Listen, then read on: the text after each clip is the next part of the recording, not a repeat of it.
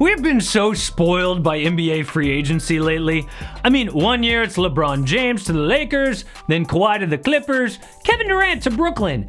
Now all we have is Kyle Lowry and DeMar DeRozan. Gross. Ugh, as if. Well, you know what? This free agency is actually really exciting if you look hard enough. It kind of reminds me of the weather where I used to live in California. It's perfect. Versus where I live now, Florida. I could complain about the summer being twice as hot, or I could say, yeah, it's still an amazing place to be, you ungrateful jerk. Look what you did, you little jerk. So yeah, this free agency kinda sucks, but it's still NBA free agency, which is awesome. This video digs deep on the top 10 free agents and explains which teams have the cap space to get them. Yo, it's AM Hoops, I am Casey. Opinions and stories on this channel that entertain so you can be a smarter NBA fan. Our member shoutouts are to Santiago Farinas and George Lewis. Now, at one time, this free agent class looked stacked, but all of those guys signed extensions. Well, that sucks. So now who's available? Oh, we will get to the top 10. But I want to point out that not every free agent is actually available. Drew Holiday, for example, can become a free agent, but we all know that he's going to sign back with Milwaukee. I mean, you don't give up all those picks and swaps if he's not there long term. So here's my list of not actually free agents.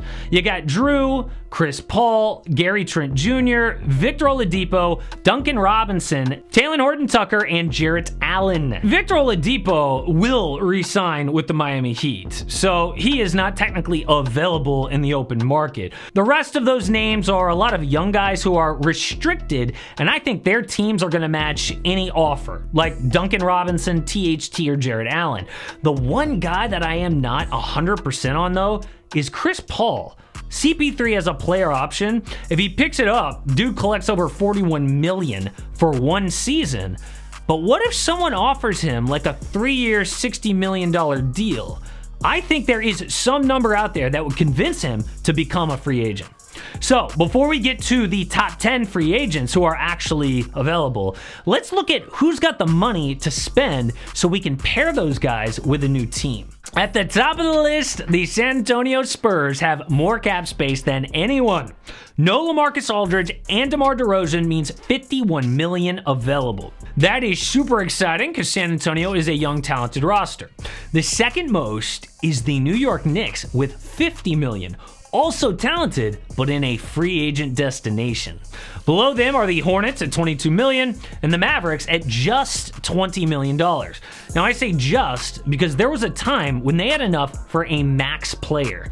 We all hoped Dallas could make a big three, but the pandemic killed that. Every team lost $13 million in space with the financial crunch, so Dallas went from $33 million all the way to $20. But if your team isn't one of those four, what do you do? Actually, it doesn't matter, like at all. There's practically always a way around not having cap space. The four main ways to get better are obviously to trade your own players, or to execute a sign and trade, use cap exceptions, which are like a special gift card to go over the salary cap, or clearing cap space by renouncing free agents or even draft picks. And some teams can actually clear a ton of cap space. The Thunder lead the way with a possible $43 million if they gut their roster. Then the Raptors, getting rid of Kyle Lowry, gets them like $23 million. Then the Heat could have up to $21 million, and the Bulls up to $20 million. So, now that we know who's got the money, let's count down the top 10 free agents and pair them with a new team. At number 10 is Kelly Oubre Jr. His perfect fit? The Rockets.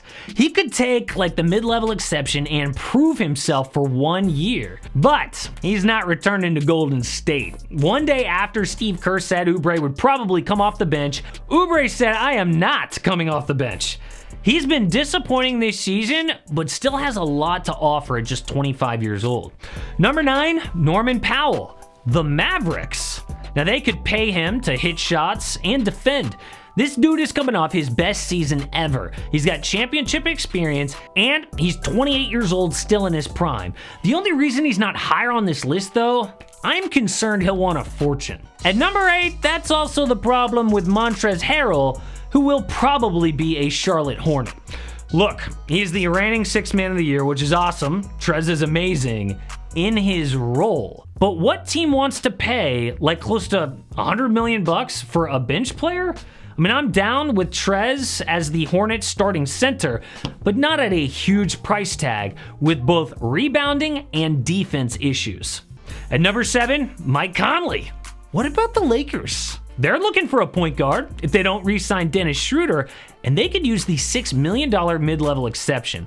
Conley's 33 years old, but if he ages like other guards on this list, he's got years left. He had a rough start in Utah last season, but he is key to their chemistry this year. Any contender would be improved with the first-time All-Star on their team. At number 6, Lonzo Ball. The Bulls. If Chicago waives Thaddeus Young, Tomas Satoransky, and Lauri Markkanen, this could happen. Zoe is a restricted free agent, which means the Pelicans have the first right of refusal, but I am sure a team can price them out. Zoe found his shot in New Orleans, his defense is solid, and he's improved in the half court. He would be great alongside Zach LaVine and Kobe White. Number 5, Serge Ibaka to the Heat. Ibaka is on their win now timeline, and he doesn't clog the paint with Bam Adebayo at center. Serge is only 31 years old, and he's looking for that last contract. They can afford him if Oladipo doesn't work out, but someone is going to get the 2019 champ. Number 4, DeMar DeRozan to the Knicks. I think DeRozan's one of the most underrated players at this point because he doesn't take a ton of threes. So what in New York? That kind of old school game suits Tom Thibodeau well and helps their offense.